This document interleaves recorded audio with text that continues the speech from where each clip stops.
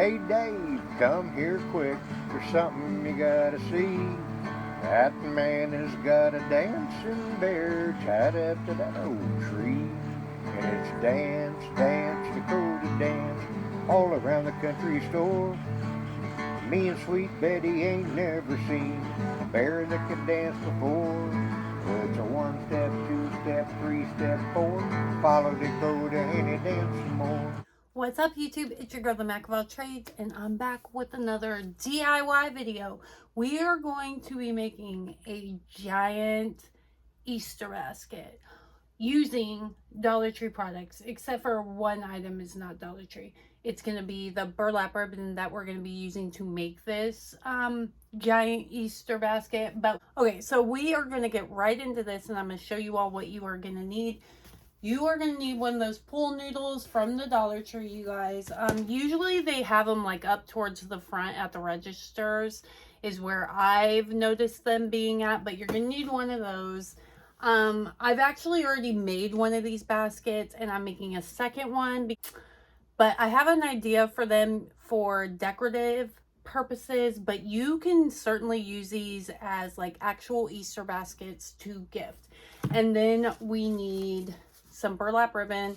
This is from Hobby Lobby, and if you go, sometimes you can find this kind of stuff in like the holiday kind of area, but also if you look in like the wedding area, a lot of times this will be half off. So I did pick up one of these. And next we have one of the Dollar Tree laundry baskets, and then also you will need some zip ties. I got mine from Hobby Lobby but you can also get these from Dollar Tree, but it's more you get more bang for your buck, I guess you would say, at Hobby Lobby, but you can find these at like Walmart, anywhere.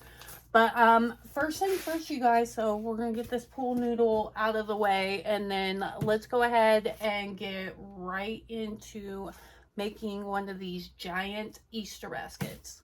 Okay, so we have our laundry basket and then our burlap ribbon. Okay, so what we're going to do is kind of unravel this a little bit, and then we're just going to take our ribbon and kind of bunch it up like that. And then starting at where one of the handles is, I like to start at the handle, and then I like to start like in the middle of where the handle is. We're just going to weave this through. It's super easy. You can also, if you don't want to have to weave it, then you could always like glue it on the outside, but I like the woven look. And you're just gonna weave this through.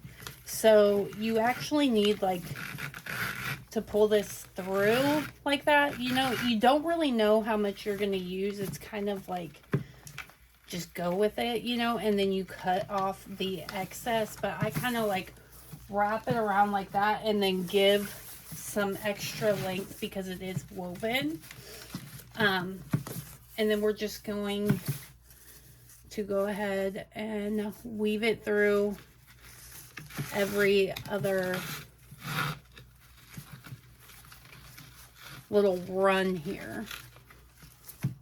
And it doesn't have to be like perfectly woven in there. You can always straighten the burlap as you go, after you get it all woven in there. At least that's what I do. But I've already made one of these, you guys. These look so cute, I promise you. And it's really not as time consuming as it seems. Once you get going on the weaving process, it goes by pretty quickly.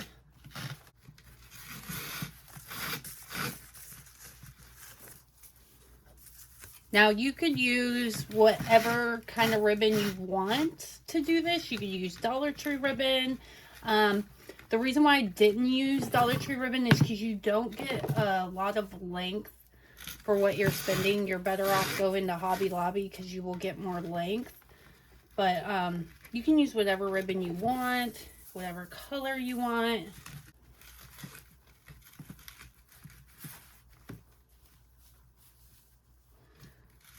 And I always keep like the bottom end kind of attached in here. So that way if I happen to need more of the ribbon, I have it, instead of having to like hodgepodge or piece things together. Because if you pre-cut it without knowing exactly how much you're going to need, because it is woven, then it's going to end up looking kind of janky.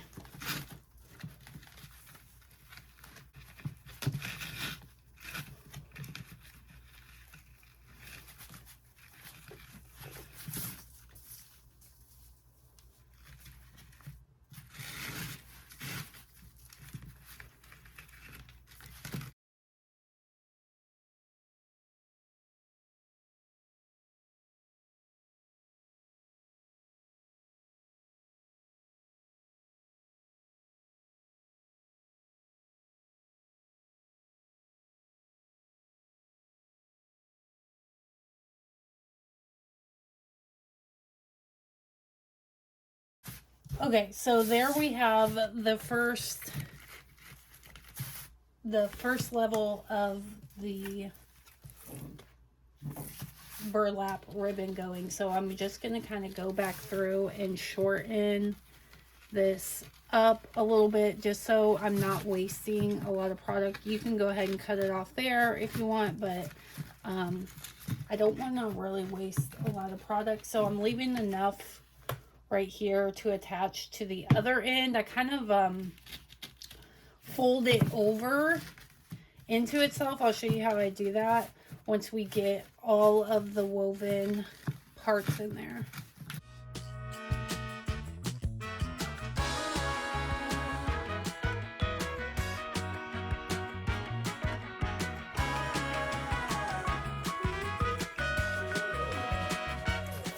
Okay, so the second woven part is done. Now we're going to go ahead and start on the third, and I'm going to start over on the opposite side again. So I'm kind of trading off with the different sides, and then we're just going to continue on with the weaving. Now all the weaving is done. Now we just have to go in here and kind of overlap these parts, because I don't like there being a like end like that. See how that looks if you do it that way. So I overlap it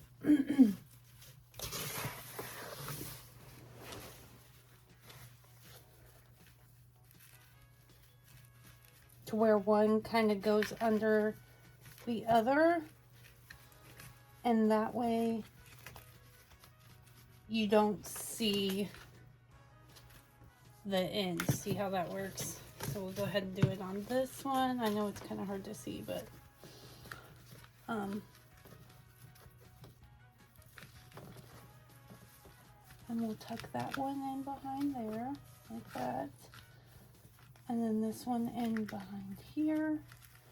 And I just like doing that way, because then you don't have that like tied off look on the outside.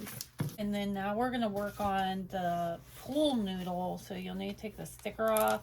And I chose to use zip ties just because I felt like it was easier to wrap everything. The wrapping process of the pool noodle is kind of tedious and annoying in a lot of sense. Just because I wanted the burlap to go around there like absolutely perfect. So we're going to start like this, and you're going to angle it so that it will overlap itself to cover up the green of the pool noodle, because we don't want that green showing. We want it to all be burlap. And so what I'm going to do is just pull that kind of as tight as I can get it and wrap it around there, overlapping. See how I'm keeping an overlap? And then you're going to take a zip tie and poke it through there to attach this. You could use glue, but I feel like the zip ties work best, that they're stronger than the glue would be. That way you could be a little more aggressive with it. So we're going to get that zip tie through there like that. And then we're just going to... And I don't cut my zip ties until the end. And so we're going to secure that burlap on there like that. And then we're just going to keep overlapping the burlap over top of itself so that it's covering the green part. And you'll have to adjust as you go.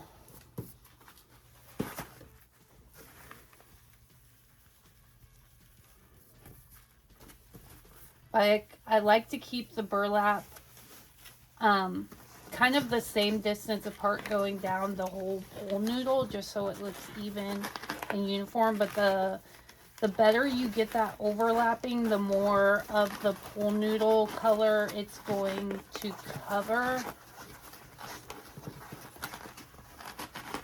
And I'm doing this kind of as tight as I can get this burlap on there so it stays in place. And I am on that second round of burlap, so you're actually going to need 2 of those things of burlap I showed you to do this entire project.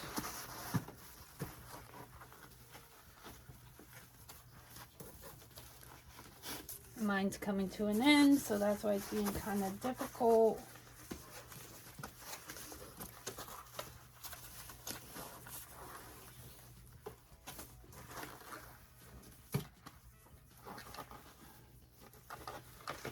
I'm just going to keep wrapping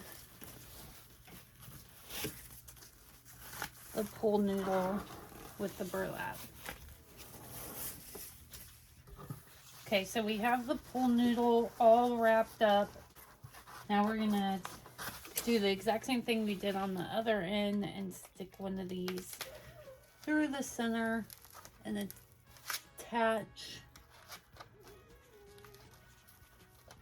this burlap to here.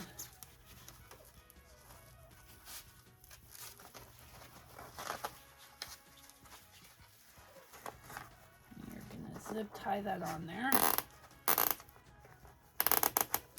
Okay, now you can go ahead and cut the zip ties. Okay, then we have our basket. Now what we're going to do is we are going to place our pool noodle inside the basket like that. Just so you know, I put it like where those handles were on the side. Then we're going to take our zip ties, and you most likely will need 2 put together to attach the handle. And you can use as many zip ties as you want on here. And then all you're going to do is attach it to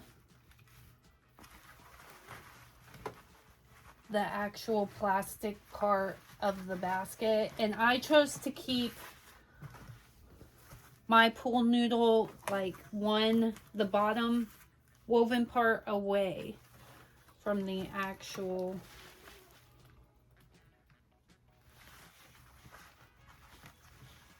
pool noodle.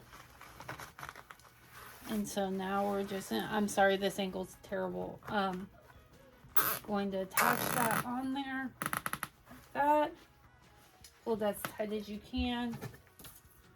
And then I like to go in and do another one here towards the top part, but more towards the bottom so you don't see it.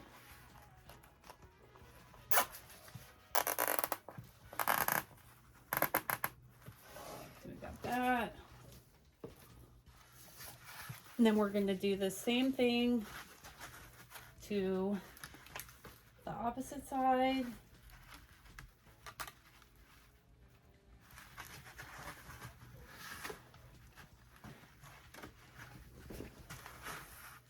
So we got that pool noodle on there, and we're just going to attach it with these doubled up zip ties. So like I said, the exact same thing that I did on the other side on both sides. You're going to attach that zip tie in there. And then you will want to go through and clip the zip ties off. Okay, so here we have the finished product of the giant Easter basket. You guys, here's my second one. So I have 2 of them, and I'm going to show you how I'm going to be decorating with these and different things that you can add into these to not just use them as regular Easter baskets, but to use them as something else for like just decoration. Okay, so to kind of fill these baskets up, I'm just going to take a bunch of plastic bags, you guys, because otherwise, like, it's going to take a lot. But use some plastic bags and fill the baskets up. That will help with filling them up so you can put things on the top. Okay, so I also have some of this rolled burlap that I'm just going to stick over the top of those plastic bags that we put in there to use as filler. So get that all full. Okay, so one of the things you can use to fill the baskets would be some of these from the Dollar Tree. These were there last year. I got these last year or the year before, something like that. But yeah, last year. But you know, just pop those together. I'm gonna actually be using these for actual Easter baskets, but if you were to put these together, you can put these into these Easter baskets and it would be really, really cute. So I'm just giving you some ideas of different things you could use.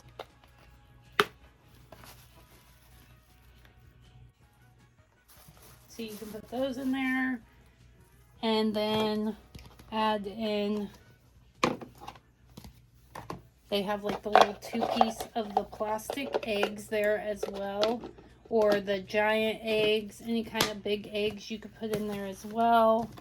I'm just kind of giving you an idea of different things you could put in there. Or you could make just like one of these and then have a bunch of these little eggs with the kiddos' names on them and put them inside there, or fill those with chocolate, candy, whatever. So you could do something like that. Add some of that Easter grass in there. That would be cute. Okay, so here's what I did with mine. I added some greenery over here. I made these little bows and put those in there. Then these are little Dollar Tree signs that I put in there. And then these eggs are from Hobby Lobby. But what I'm actually going to do is probably try to find some other Easter eggs to put in here from Dollar Tree that I can fill with like rocks or something like that to make it heavier, because these are really light and it's been really windy here, so all those eggs are just gonna fly out of here. So I'm going to get some other eggs and fill them with like rocks and stuff and put in here. But this is what the baskets look like overall and how I decorated with them. I'm going to be putting one on each side of my door outside, so that's why I want to put some rocks and some different eggs to put outside. But yeah, there is our basket. Okay, so here we have our giant Easter basket, you guys. I hope you all make some of these. I think they're really, really cute. I think especially if you were to do these like kind of fun colors for the kiddos, like especially the little kids will be like, holy smokes, my basket is so huge, and they will freaking love it. So leave a comment down below if you happen to make these. I would love to know how many of you all watch this and then end up making them. But with all that being said, thank you all for watching this video. Please give it a thumbs up if you liked it, and don't forget to subscribe to my channel and hit that notification bell so that you can be notified whenever I upload a new video. And with all that being said, thank you again for watching, and I'll see you in the next one. Bye. Me and Sweet Betty ain't never seen a bear that can dance before. Well, it's a 1-step, 2-step, 3-step, 4. Follow Dakota and he dance some more. Dance, dance, Dakota, dance, all around the country store.